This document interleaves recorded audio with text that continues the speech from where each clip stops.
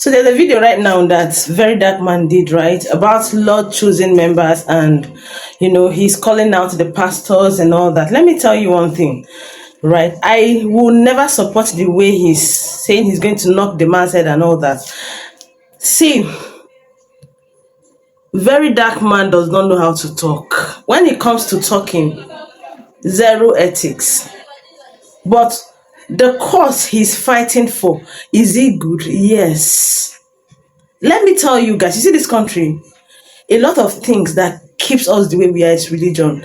A lot of people that call themselves Christians are not practicing Christianity. What they are practicing is pure religion. Imagine people that will say different things. They'll call this the God of this, the God of that. Literally, some of these people have deviated from what the Bible told them to teach their members to saying other things. And most times it makes them look very, very stupid. Right? You can imagine. Honestly, I just think they have to just bring this bunch of people and then maybe let them undergo a training or some sort of things. Or else, a lot of people will not respect them. We are in this country and we'll be seeing it. People will be calling. See, right now, the country has become what it has become. Hunger is everywhere. Anybody see, their eyes are red. They are looking for what to collect, what to eat. It's not that the church are not helping. So many churches are trying their best, providing, feeding, doing all this and doing all that. But for how long will this go on? To be honest, for how long will these things go on? Very soon, if these people finish attacking governments and all that, they will come for pastors of the churches. I'm not saying what they are doing is right. I know it's the signs of the last days. It's the signs of the things that will happen in the last days.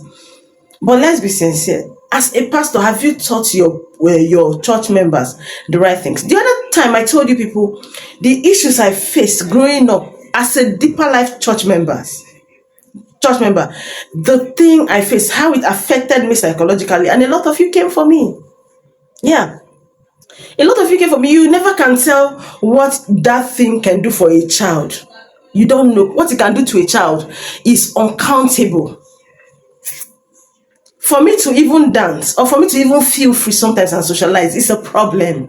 All because of what? Where you were raised. I'm not saying, oh, don't do this, or the restrainment from committing sin and from being a bad person is bad. It is not bad. But these people do it extremely. They do it extremely. Imagine where they tell you don't talk to so person because they're not your church member. Don't have anything to do with this person because they're not your church member. Anybody that is not coming to your church is not a Christian, is not a child of God, and so that person is going to hell. Those things are things that are keeping a lot of people down. I am saying this on my full chest. So many more people are going to come out as the day goes on, right? A lot of people will still come out and they will see that these things have affected them in one way or the other. And they will still speak about it. The way that man is going about it, honestly, I don't like it, because how you gonna even insult person when senior your father or probably your grandfather's mate? They thought say you won't knock him. Now, can't you correct somebody without saying such things? Can't you even do those corrections? So what I'm saying is, even if you're going to correct somebody of that age, you correct that person with respect. I did mine. I did it with respect. Even though so many of those church members I grew up with are very bitter, they came for me. They insulted the hell out of me, right? Telling me all sorts of things. Oh, people are meant to grow. People are meant to. A lot of things changes and all that. They are still. You can sense it. You can still sense the bitterness in their comments. I'm telling you. And so that thing, I don't feel there should be a total revamping of these things, and a lot of things should change. I'm not saying tell your members to start committing sin. I'm not saying all this, but deep inside your spirit and your soul, go and check. Most of the things you taught these people, are they right? Some of those doctrines you say don't do this, don't do it. Is it right? The other time, a certain man of God passed on, and some men of God did not even pay condolence. And if their church members post anything about that man of God's stuff on their page, they're going to face sanction, or face serious suspension. Why is it like that? Why is it like that? A lot of those things call for questioning. It calls for question. This is not how Jesus Christ lived. Honestly, I am not against the church. For where? Never. I will never support Very Darkman insulting an old man. God forbid. But the truth is, the way these things are going now, I feel some people should just go back to the Word of God, study it, right? And be sure of what you're dishing out to your members. A lot of people have gone for lack of knowledge, honestly. And if you ask them, they'll say, "Oh, our pastor told us to do this. Our religious leader was the one that told us, oh, that we must do this to do." A lot of things. Some of these things have so many mistakes.